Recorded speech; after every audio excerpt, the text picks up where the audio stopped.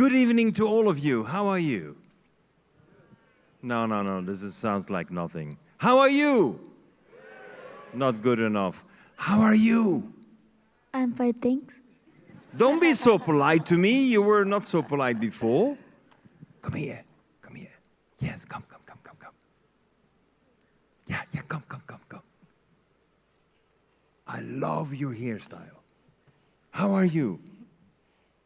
I love you. Oh, what about the declaration of love the first moment you talk to a child? Thank you. How are you? Well, In English, Portuguese, how are you? Bye. Fine. Okay. You know, applause for the kids. Siéntate. Comigo. Why? You know, we had this afternoon an amazing session, and this is what life is all about. We talked about animals that give us great ideas. We talked about things we dream of and things we do. You remember? No. Em português, que animais? Os animais que falamos tarde. Animais com...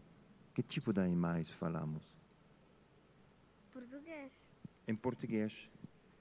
Você pode português. Nós falamos de animais aquáticos. Muitos animais aquáticos. E que fazem esses animais aquáticos? Andam do mar. Ah, que mais?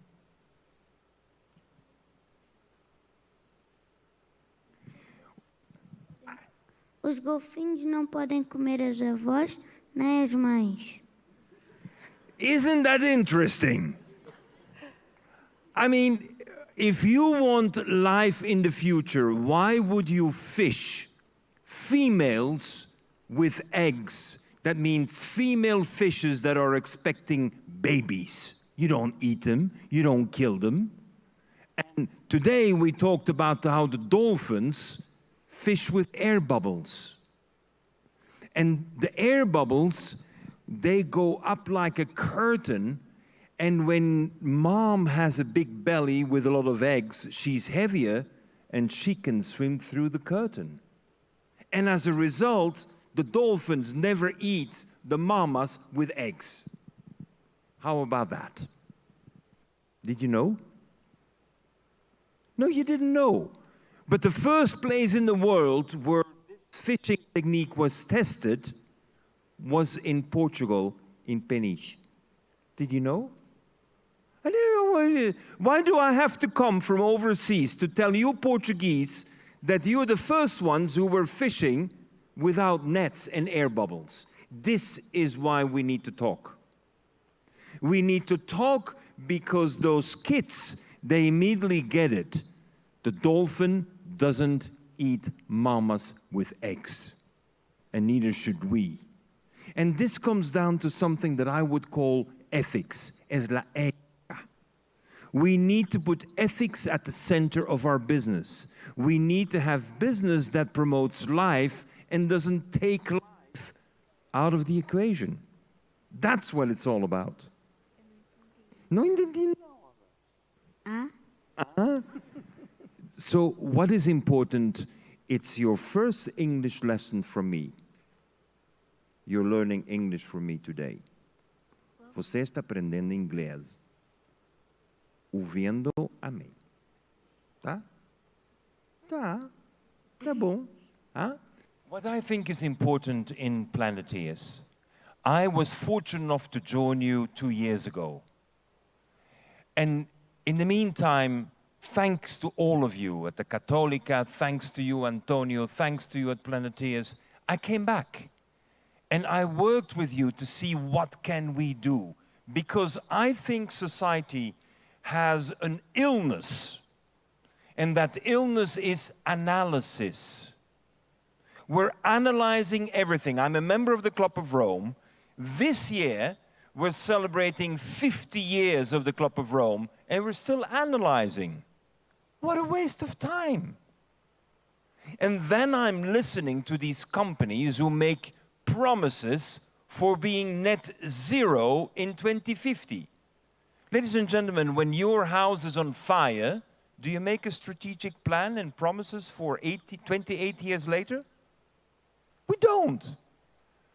I'm writing a new book and I call this The Opium of the Masses. The opium of the masses means that we're made to believe that in 2050 everything will be fine. Because by 2050 we'll be net zero. This is a joke. Let's be serious. You can't wait to be net zero in 2050. My own company in 1992 was net zero. Excuse me, 1992. That's 30 years ago. If I, as an entrepreneur, can be net zero in 1992, why do companies have to promise 28 years ahead of time in 2050? It just doesn't make any sense. And that is why I was questioning, what is happening?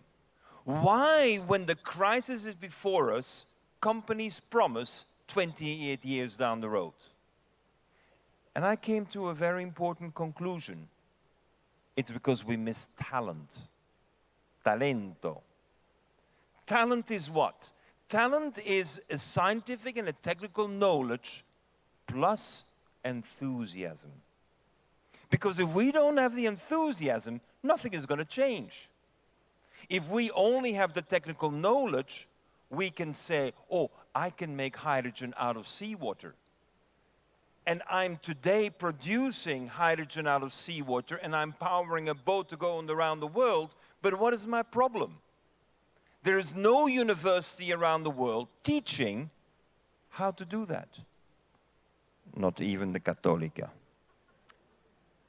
So that's why I'm so glad to be with the Rector together. Because we need to change that. It's not possible that when I am operating a system that for 5 years is producing hydrogen out of seawater, that whenever I tell it, it's like news.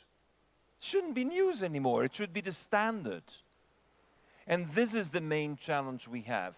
We need to stop analyzing and start focusing, but starting with kids like we have here, who have dreams when they hear about the octopus, having a tiny device which is only a pinhead big, a tiny device that allows it to measure the density of water.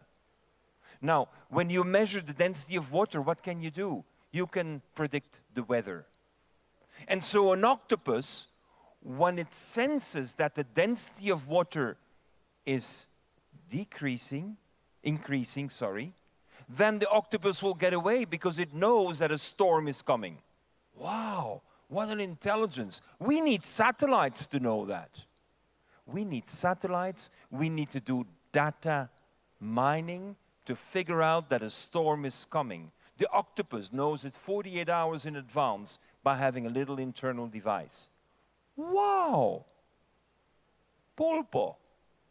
You remember the octopus, pulpo? Roxo. How do you call it? Polvo. Polvo. Polvo. Now I'm learning Portuguese from you. That's good. Thank you. So what we are seeing is that we are missing talent. That means you have a lot of young people with great dreams, but they don't have the technical knowledge because the universities cannot bring it to them to realize those dreams. And we have a lot of people, a lot of young people who are talented in the STEM, in the sciences and technologies and engineering and the mathematics, and they just don't have the enthusiasm and the way to channel it to make a difference on the ground. And this is why education has to be at the core. Talent is required to make the transition we need. And if we don't have the talent developed, there is no future. We will continue with analysis, and more analysis will lead to paralysis. And that's what we've been facing today, paralysis. So my message is really that thanks to the session we had this afternoon, e muito obrigado a todos vocês. Thanks to this session this afternoon, we really saw how basically in 30 minutes the kids got all fired up by my bad Portuguese and a good translation from Antonio. What we need is we bring surprises to children with which they immediately identify. And when children identify with a big surprise, they wonder, why are our parents doing it? We do not need people who are negative. One of the greatest challenges we have in our society is we're bombarding our kids with bad news all the time. It's bad news after bad news after bad news after bad news. We need not to bring them good news. We need to give them pathways of how they can do much better than we do. Because in the end of the day, education in heart and soul is being a parent, is being a mother and a father. It is being caring with love, hoping that your kids will do much better than you have ever been able to do. Because who wants to only teach and have their children know what we know? If we only have children know what we know, they can never do better than we do. That is where talent is the difference.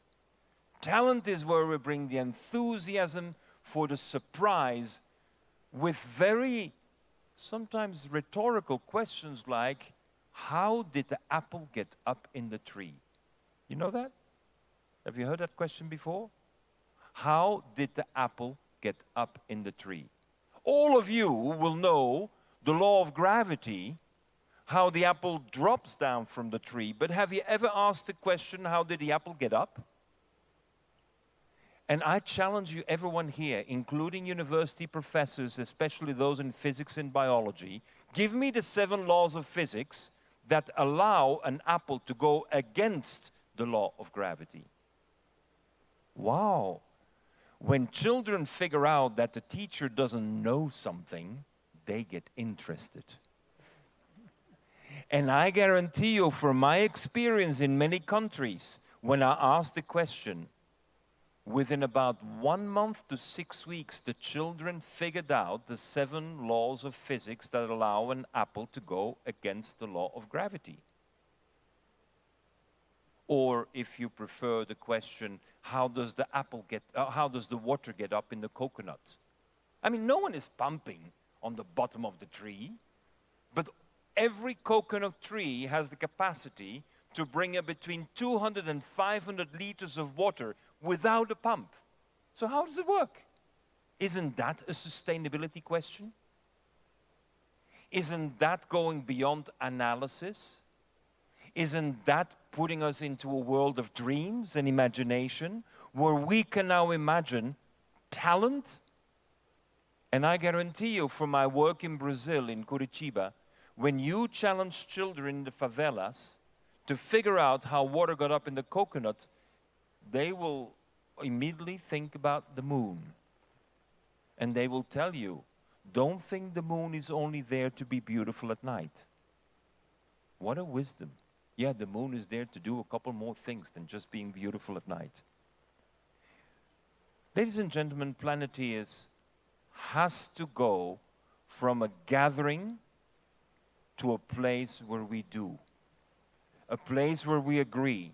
But you can't do and agree unless you have talent built up. And that is why it is so important to have the Rector of La Católica here with us.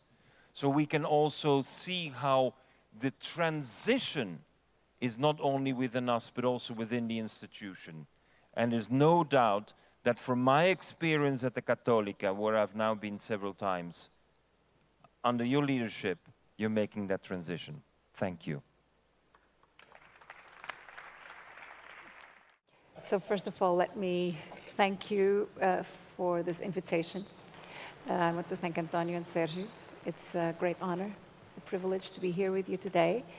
And I'm particularly humbled to sit here beside Gunter, who is a global leader, global thought leader in matters of sustainability, and is really allowing the world to change. But I'm afraid to say, Gunter, that the most important people are here in front of us. And it is before them that we are responsible. Estou a dizer que vocês são as pessoas mais importantes da sala, porque a nossa responsabilidade é para convosco e com o vosso futuro.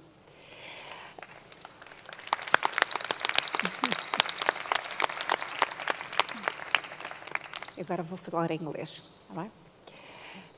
Being an academic who doesn't know how the apple goes up the tree, I brought some written things that I will try to discuss with you.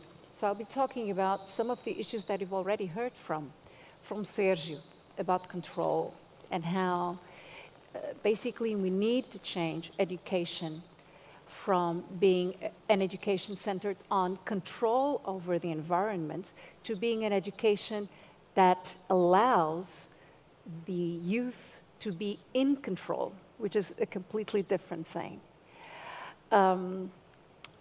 Secondly, resilience and sustainability, as we've heard from Satya. Respect your environment, respect your communities. And be ethical leaders, have a relation of co-responsibility before your environment and the community around you. I mean, these are daunting tasks, because when we look around the world, we see disaster, we see catastrophe. As I was gathering my thoughts to speak to you today, I had a stack of books on my desk, and the titles were numbing. Doom, Hazardous Future, The World at Risk, The Great Derangement. It's all about the disaster that the future holds. And as Satya was saying, we need to change the mindset to looking at the situation we are in now as still an opportunity. An opportunity to read, and we have the skills, the data, and the knowledge to read into what is happening to our world. We know what needs to be done and the change that must occur. But the problem is, as you were saying, Gunter, how to move from theory and from knowledge into action. And that requires, on the one hand, political drive, commitment. In our recent strategic development plan at Católica, we have placed a commitment to sustainability. Sustainability, not something that is parallel to the activities of the university, but that cuts across everything that we do. The science we produce, the way we teach, but also the way we engage with our community, a sense of co-responsibility before each other at the university, but also our stakeholders and the communities around us. Now, we know that the prospects are terrible. The doomsday clock has moved forward. We know that consumption levels are untenable. And when it comes to institutions, I believe that leadership is of the essence. Even today, as I was coming here, I received a message from a stakeholder who's also a donor of the university, because I gave an interview where one of the questions was, if you had to get rid of one thing in the planet, what would it be? And I said, plastic. And this donor is in packaging. So he wrote, sent me a message and said, I cannot believe that you've just said that to the media. And I answered back, there is sustainable packaging. I'm sure you will survive. But just to say, the world in which we operate is, we know where we need to move, but we need the commitment to change. And I want to see before, I want to talk about a leader that before the often failing political communities that we see in the global north to enact real change, to move into carbon zero, to move into a future of survival for our planet, because, as we understand, it is expensive. If you look at data from the World Economic Forum regarding the need to be enacted in order to rid the world of fossil fuels, the data range from the initial investment from 500 billion to 800 in the first years, then continues on same level of around 200 to 300 billion. And it's expensive. And these are measures that are not immediately perceived by the communities around us.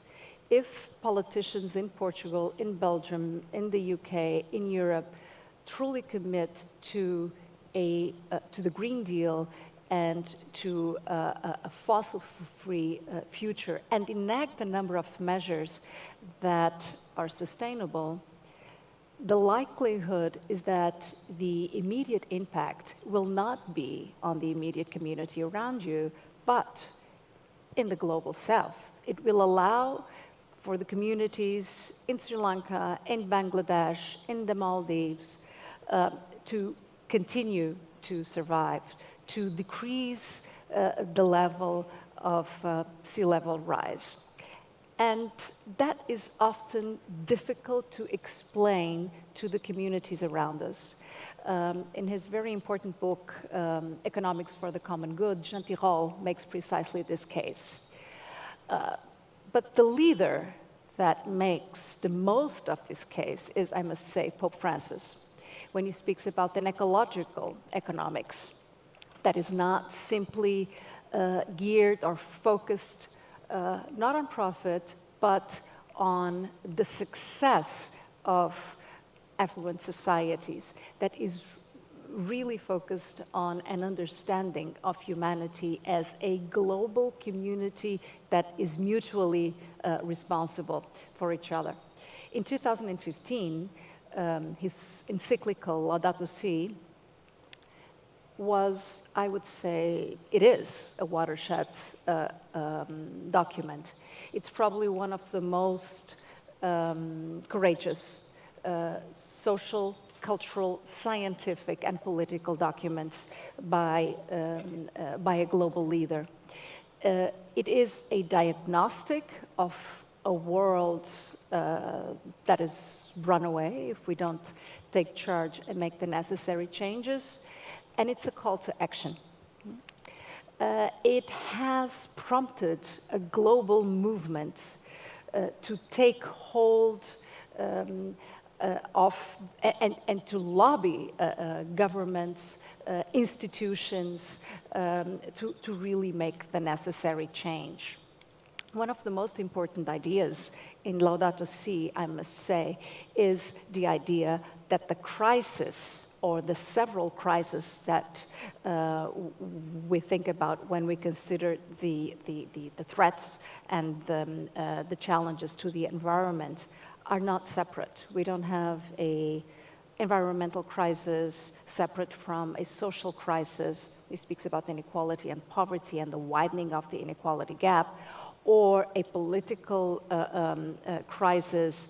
The crisis is only one. So the emergency, the global emergency, is ecological in the sense that it is organic, holistic, and dealing with one aspect will allow you to deal with the other.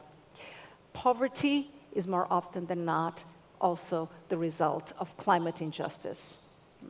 And so we need to think about these problems in an holistic and organic form. Now, that requires a change in the educational model, and that's where universities come in.